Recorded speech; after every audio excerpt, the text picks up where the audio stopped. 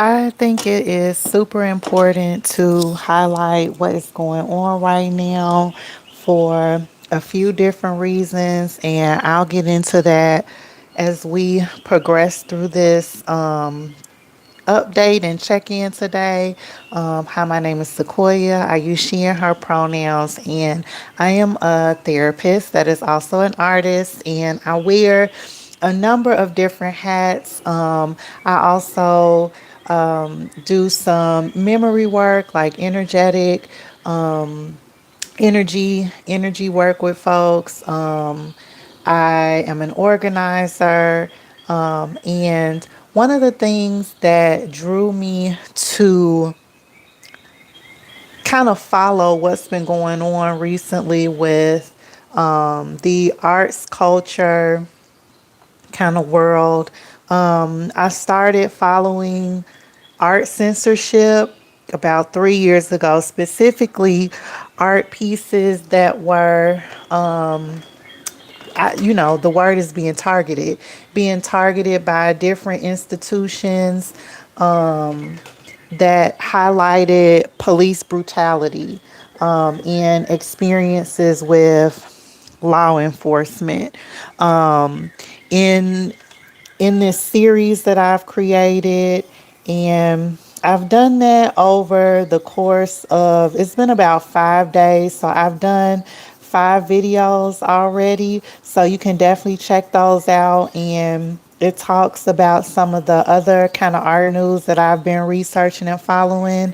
But in those videos, I share about two art pieces that I followed starting in 2022. One by an artist named OG Slick in California at the California Center for the Arts in Escondido.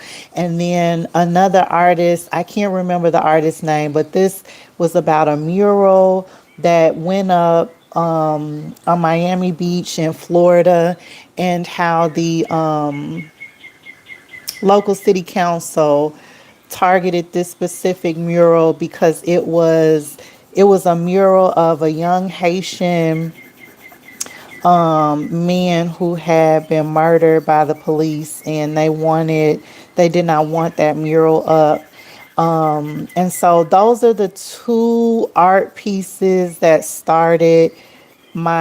piqued my interest in following this, and also thinking more about my art clients. So I see folks across the spectrum related to queer and trans identity, but also many of these folks are artists. And so this is an interesting way to highlight and talk about some of the experiences that artists go through related to institutional betrayal, and having to rely on funding sources from spaces that can put you in this precarious position. So I want to stay focused. I feel like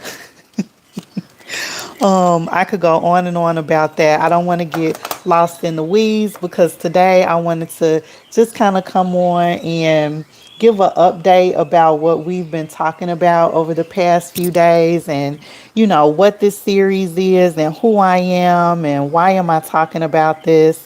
But so in seeing my clients, this experience of seeing your artwork diminished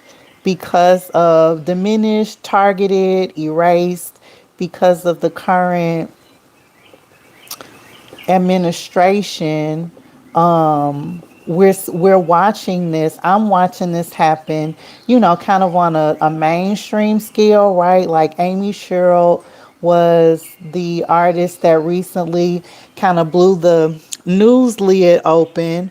I did a video kind of updating y'all on her as well, like what happened with the Smithsonian and how her art piece Transforming Liberty was targeted by the Smithsonian. They asked her to changed some things, and she declined that and removed her entire exhibition from stopping at the Smithsonian National Portrait Gallery. And so yeah, in following her and what happened with that, I'm also coming across some additional stories, that are unfolding. But like I said, I want to stay focused. I won't introduce anything new today. I just wanted to do a recap, because I know it's been a lot that's been happening. I've been sharing a lot. Hi there. So this series kind of combines the two things that I do on a daily basis. One is catch up on art news, but also I usually, from my morning practice, I do a sketch. So I was like, let me do two things. I want to, keep checking in with y'all, seeing what y'all think about, what's going on in arts culture right now, and how do I do that, and combine it. So here we are. And I was like, this situation with the Smithsonian, oh, I want to do this situation with the Smithsonian and these other galleries is going to be something interesting to follow, and maybe some other folks are interested in that too. So here I am sharing with y'all the things that I read on a daily basis anyway, and wanting to get your thoughts on that. The other thing that I want to do too is I gotta update my thumbnail. I'm gonna be redoing that soon. So I started the other day with playing around with some new images of how I want the thumbnail to look. So hopefully y'all like it. Definitely let me know what you think about it once I go through and update all of them. Right now I just have on the original, let me say it like that, the original thumbnail. And I want to update that. I was trying to decide what green looks the best on here, because these are supposed to be grapes. And this is making me realize I actually need a lighter green. Okay. What else can I talk to y'all about? Okay, we talked about the recap of Amy Sherald, and what's going on with her and how this fits into this larger conversation about the politics of culture, I would say. And who owns cultural memory. We are seeing how the government, how politics can get involved with cultural institutions. And so those artists that I mentioned, from 3 years ago. So OG Slick and his piece, three slick pigs, and then the mural that went up on Miami Beach, that highlights at the community level with the California Center for the Arts is the community level, because that was a nonprofit and a nonprofit board that was attempting to silence the artist OG Slick. And then we see it at the local government level with this mural that went up on Miami Beach, but it ended up being taken down. They went through a lawsuit and everything, and the artist ended up losing the appeal. And then now we're seeing more than art censorship, but also this kind of control of memory, and also who and what culture gets identified as something valuable to be preserved. So we see it. I've seen it kind of escalate across these different levels. And so when I come on here and, talk about these things, it's to highlight how it might be happening at the community level, because again, if not if, but when it happened to OG Slick, this artist, dealing with just the typical museum, community museum experience, submitting an exhibition and then being censored because of the board, right? And so, how many other artists might be going through that same experience where their art does not align with the current politics of funding, right? And then how are these institutions navigating this with these artists, right?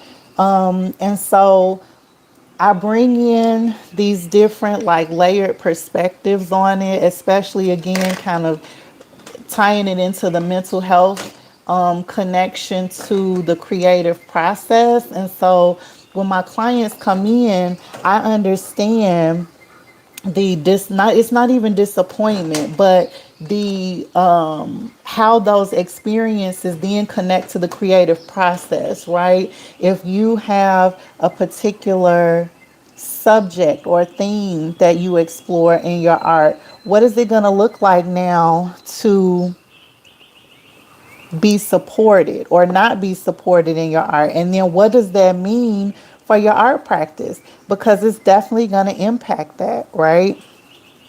So that's where being a therapist and having clients that identify as artists come in, like understanding again just the complexities and the connection to these experiences and the creative process, and that a lot of times, therapists will suggest a separation of those two, but that's very difficult for artists to do, and I understand that.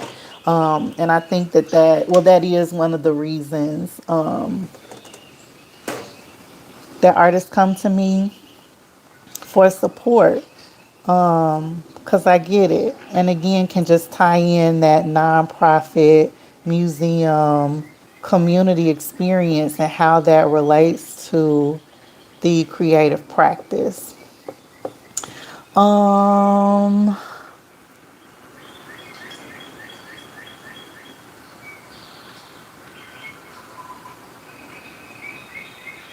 One of the reasons that thinking about this and, you know, making this connection to what's going on nationally to our creative practice is we should be thinking about, again, like those questions of what culture gets preserved, what culture gets identified as preservable.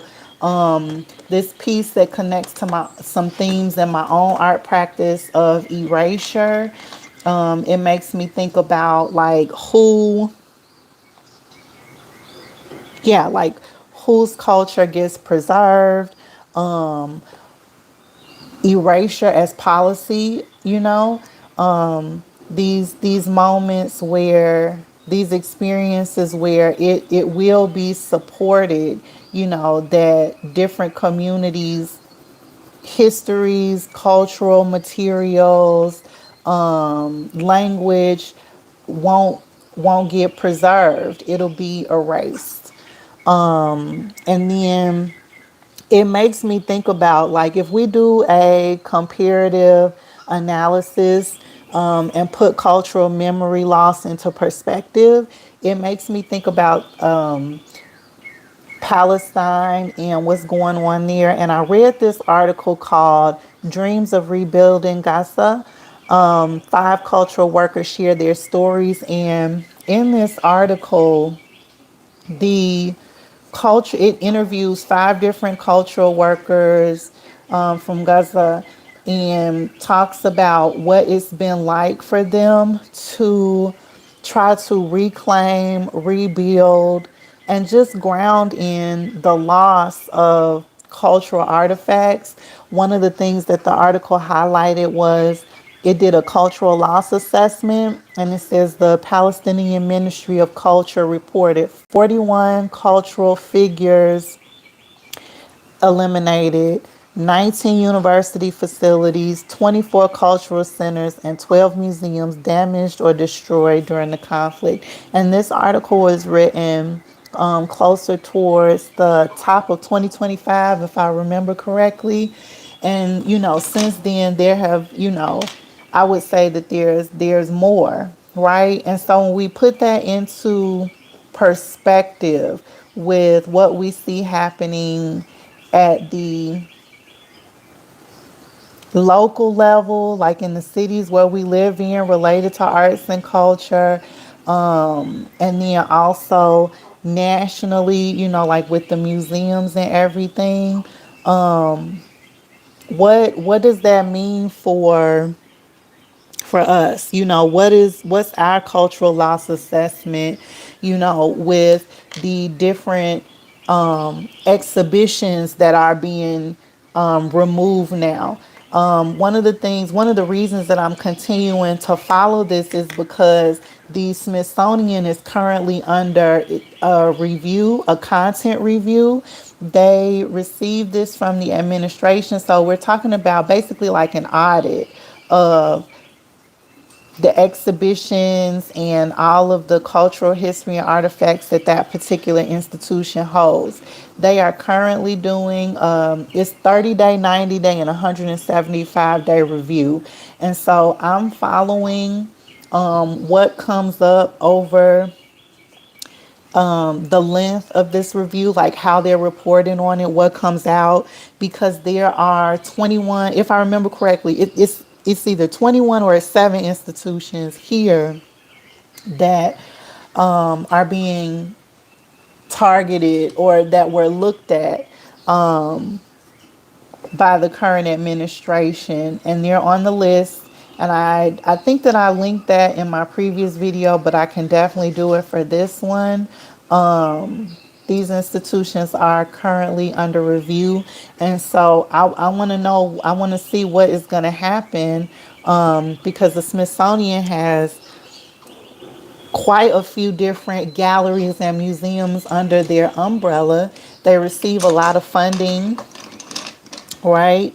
They receive a lot of funding from the government. And what are the long-term impacts of the shifts that these spaces are seemingly making in order to continue to receive funding?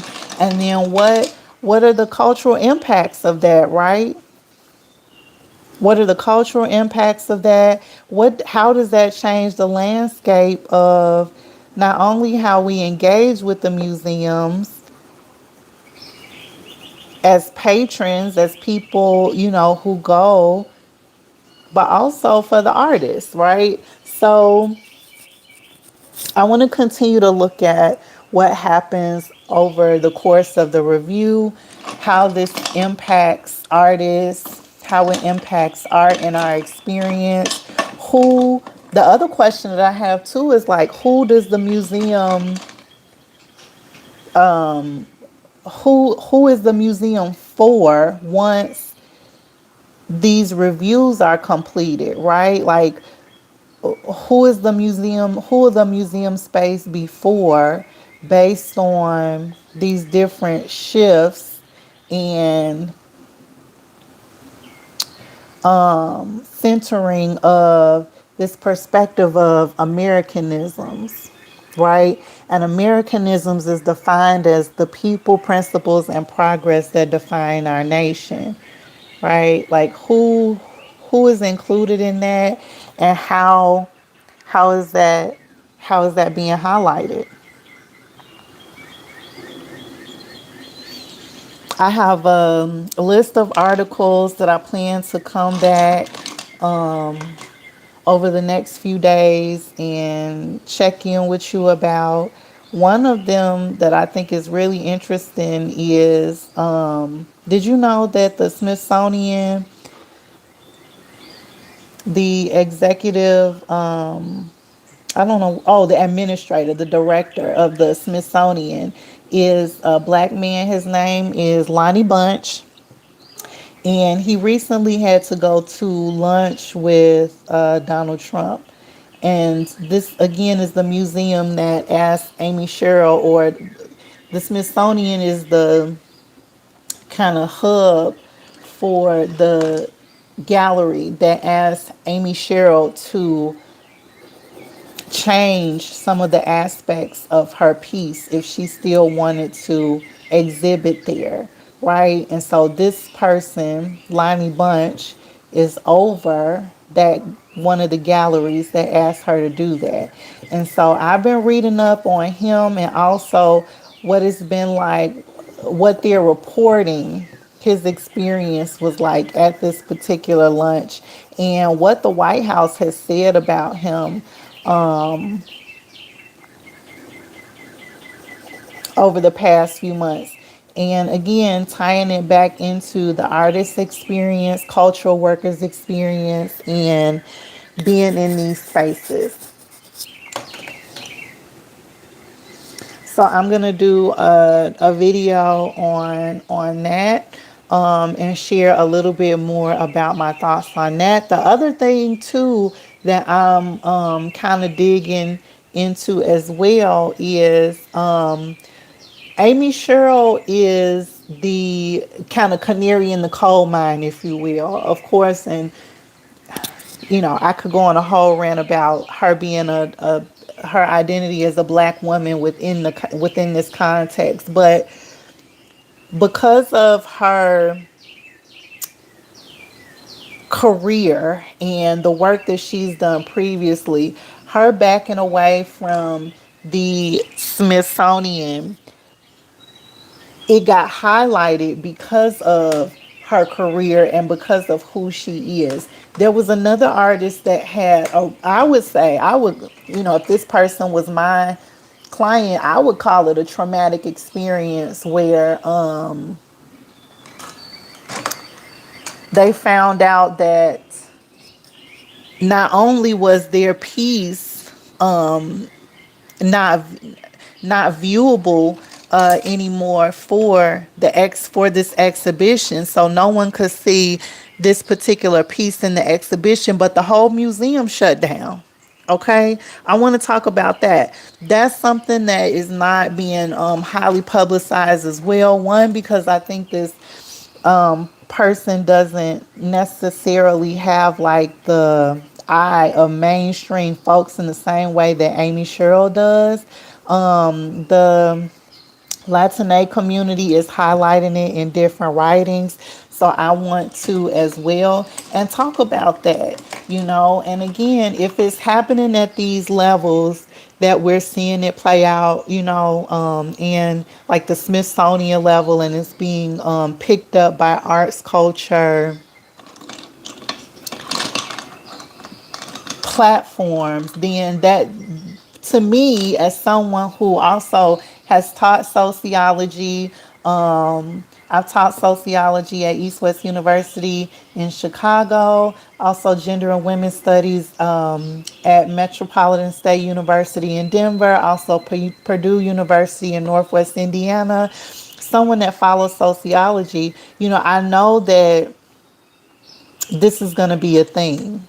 So I think it'll be important to talk about how we see this playing out at these levels, because that, again, like connecting it back to sociology, that lets me know that it's happening at the community level. It's happening at the community, artist level. And what are the experiences with that?